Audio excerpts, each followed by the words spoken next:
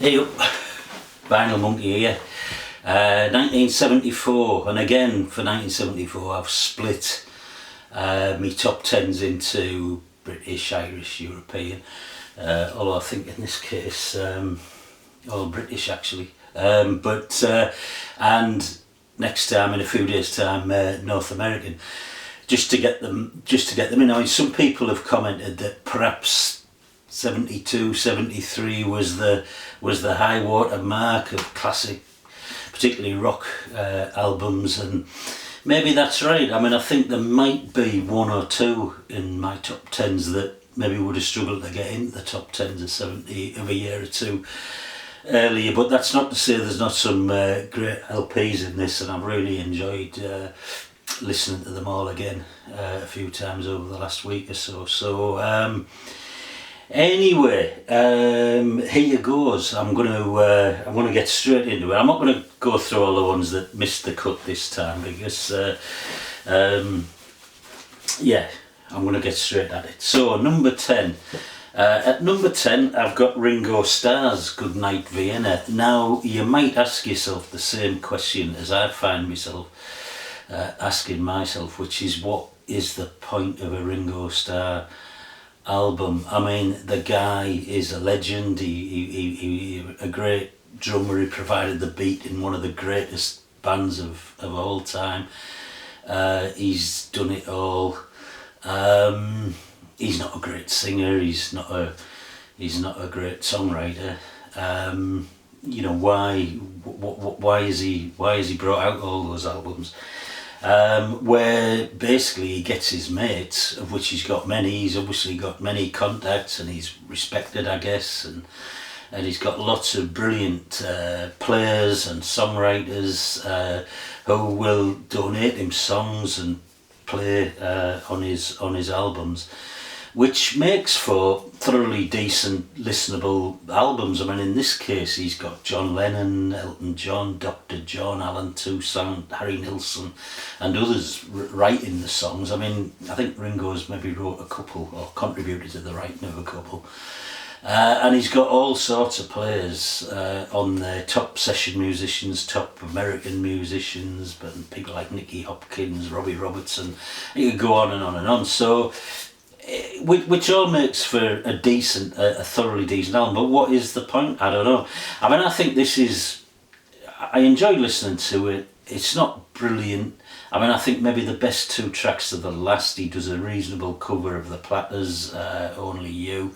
And then the last track is maybe the best written track, Harry Nilsson's ballad, Easy For Me. Nice track. But it's possibly Ringo's joint best LP with the one that came out previous to this. And as I say, thoroughly decent LP. I've snuck it in at number 10. Ringo Starr. At number 9, this is Procol Harum, Exotic Birds and Fruit. This is one of a number of Procol Harum albums throughout the sort of early mid-70s that I think are just a great set of work that's been often overlooked and maybe underrated. And this is a good one. It's really dramatic. You've got that dramatic, heroic sort of Procol Harum feel. And side 1 is absolutely fantastic. Nothing But the Truth, Beyond the Pale, particularly the song As Strong as Samson, and then The Idol. Absolutely brilliant side 1. And if side 2 had matched that, this would have been right up there in the top, certainly in the top 4 or 5. But it doesn't, unfortunately. It's much less strong on side 2 than side 1. So I've only got it as my number 9, but good album nonetheless. Procol Harum, Exotic Birds and Fruit. Nice cover as well, by the way.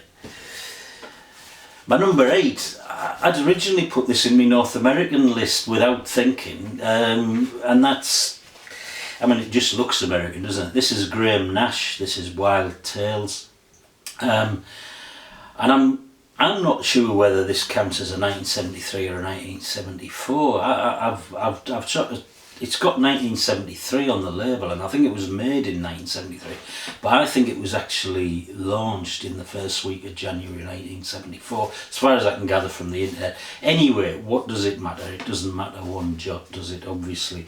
But this is Graham Nash, who's clearly not American. He's a Manchester lad, found a member of that brilliant Manchester 60s band, the Hollies, along with his mate Alan Clark.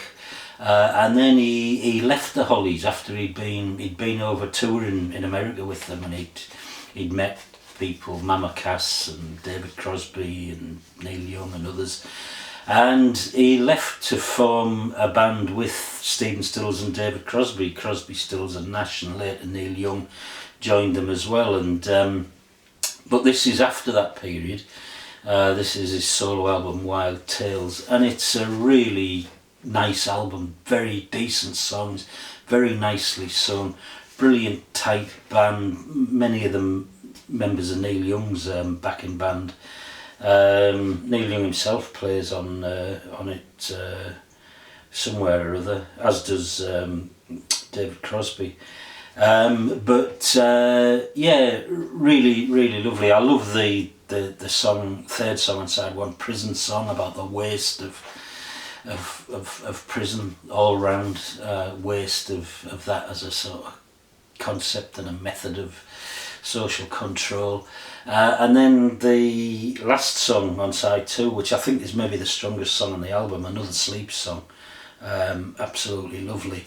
Some nice artwork on the back by his friend Joni Mitchell. And yeah, all around really strong album. So my number 8, Graham Nash, Wild Tales. My number 7, oh bloody hell, it's Elton again. I'm getting sick of Elton appearing every single week in my top 10s of the 70s, but that's no surprise really, because he just had that incredible run of albums, and this one is, in terms of covers, I think one of his worst looking albums. This is a bloody awful photo on cover in my opinion. This is Caribou. Pretty ropey photographs on the back as well. I mean, normally Elton paid a lot of attention to his album covers, some real quality gatefold covers along the line, but this one not so, I'm afraid. But that doesn't detract from the quality of the music. I mean, the first 3 tracks on side 1, The Bitch Is Back, Pinky and Grimsby, absolutely brilliant.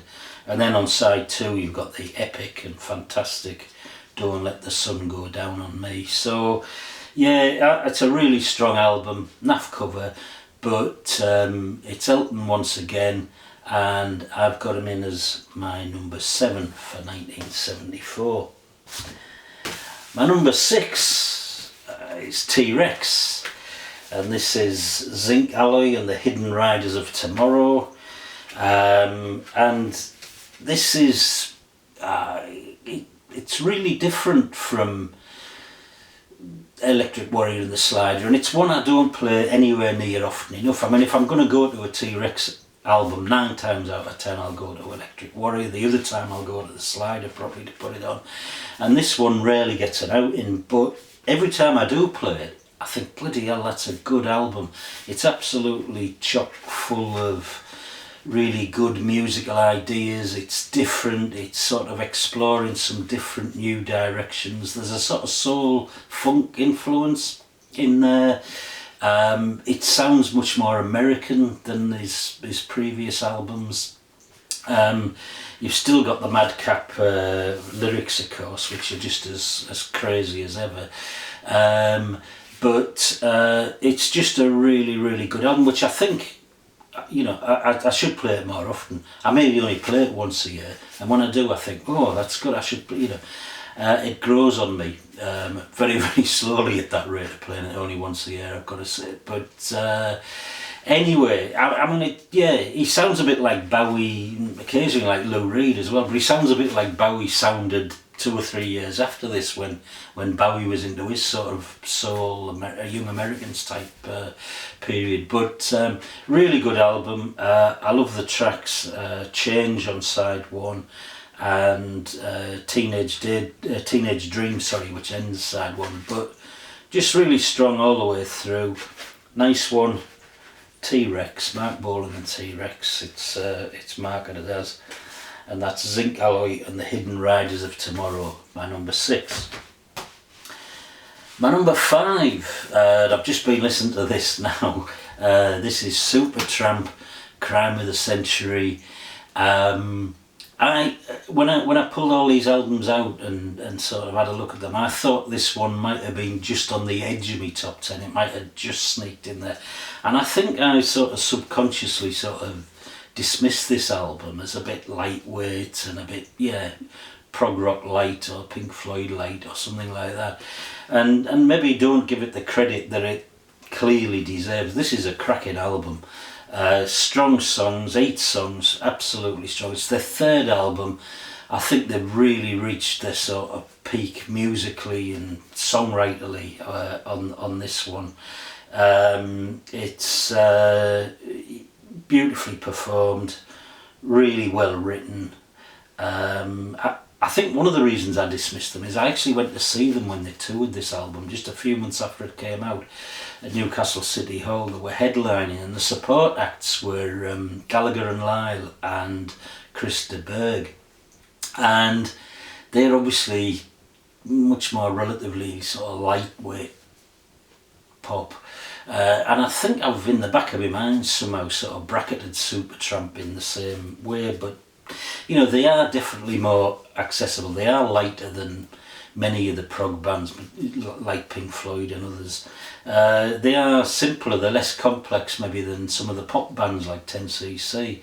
But nonetheless brilliant for all of that. I think this is probably their most rocky, proggy one of that run of albums they had in the mid-70s, and I think it's maybe for me it's maybe their strongest one.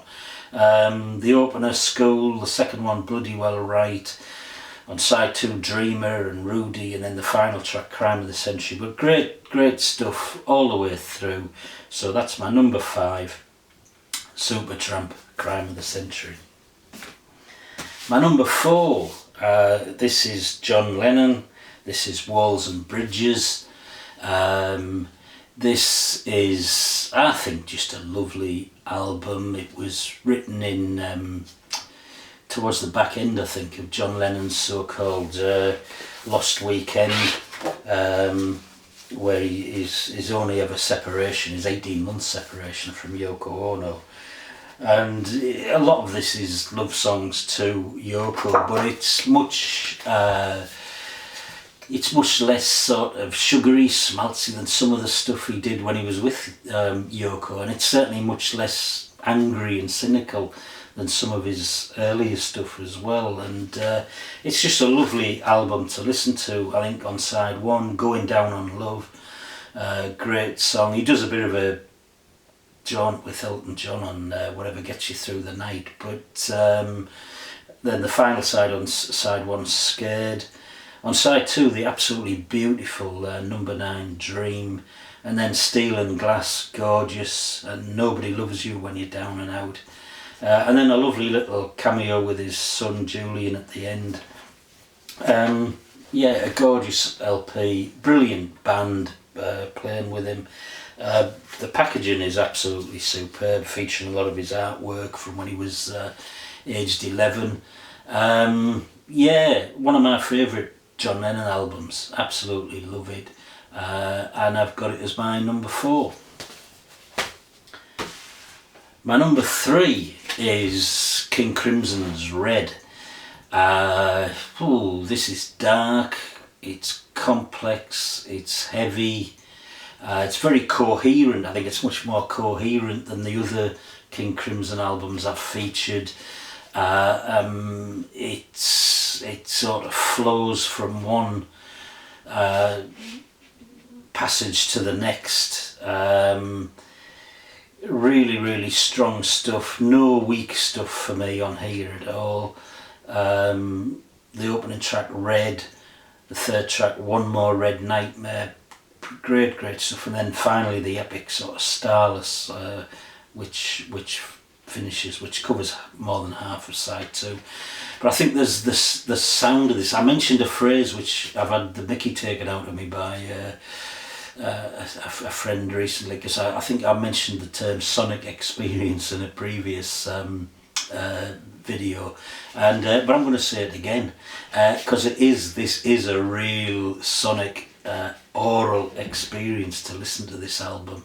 It's one of those albums where I don't really differentiate between the tracks. I just get into the sort of sound and the vibe of it.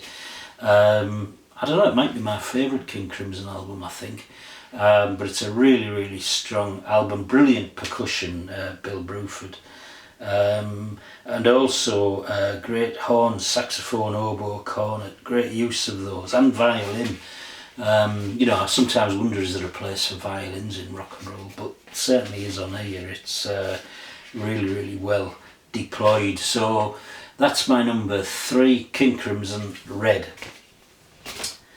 My number 2, it's Van Morrison, Veed Fleece, and in my top 10 Van Morrison albums, I talked about this, and I talk about how I tried for ages to find out what a Veed Fleece is, and yeah, it's nothing. I don't think it's something invented, but and as a total Van Morrison fan, I know I should never really try to interpret or understand the meanings of what he was doing. Just enjoy it for what it is, and this is just really, really enjoyable. It's sort of akin to Astral Weeks in there. It's a flowing song cycle with loose themes, and I don't know, those themes, maybe searching for Irish identity is what I've got. It's certainly a period in his life where he'd been away from Ireland for quite some time. He'd been through a divorce, he'd come back, he wrote this in a few weeks as he was touring around the Republic of Ireland, and it's just got an absolutely gorgeous, understated, quiet, restrained, reflective, introspective sort of feel to it all the way through. The song's country fair, and you don't pull no punches, but you don't push the river. Absolutely brilliant. Lyndon Harden stole the highlights with this very high, sort of almost falsetto singing, and then the lovely Streets of Arklow. But all the way through, say, just a brilliant, brilliant song cycle. Really, really strong. Maybe my second favourite Van Morrison album, but it's absolutely lovely. Veed Fleece, Van Morrison, my number 2. Well, what could be better than that? Well, I don't know, it's not about better, is it? It's just that in this particular week, listening to all of these, my favourite album is John Cale's Fear. And yeah, this is absolutely superb. If you haven't heard this, you're not familiar with it, then please give it a go. It's just, the songwriting is absolutely spectacular, and John Cale's beautiful baritone sort of voices, which sort of sometimes menace and sometimes beauty, often in the same line. It's just gorgeous. It's maybe at his strongest. I think it's one of my favourite John Cale albums, and I did have the pleasure of seeing John Cale again just recently. He's now in his 80s, but absolutely fantastic performance. And this album's got a real punk attitude right from the start.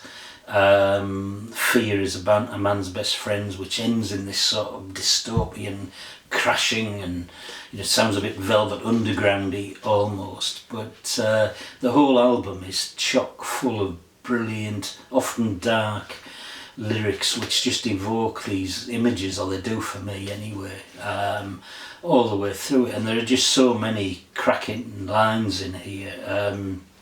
What was it? Instead, I read the morning news in bed. What endlessness ahead, no more to be said. Lots of sort of existential, sort of dark stuff like that. Absolutely brilliant. Yeah, all the way through. On the second side, the gun, the first track, absolutely fantastic. And the man who couldn't afford to orgy, or as he pronounced it, orgy. Brilliant all the way through. fantastic album. He's backed by Roxy Music without Brian Ferry, so it's Phil Manzanera and Eno and I think also the Roxy's rhythm section. But yeah, fantastic stuff. John Cale, Fear, my number one, British Irish for 1974. Alright, well thanks for listening. I'm going to do my best to do the North American version maybe early next week and then have a Christmas break. But cheers.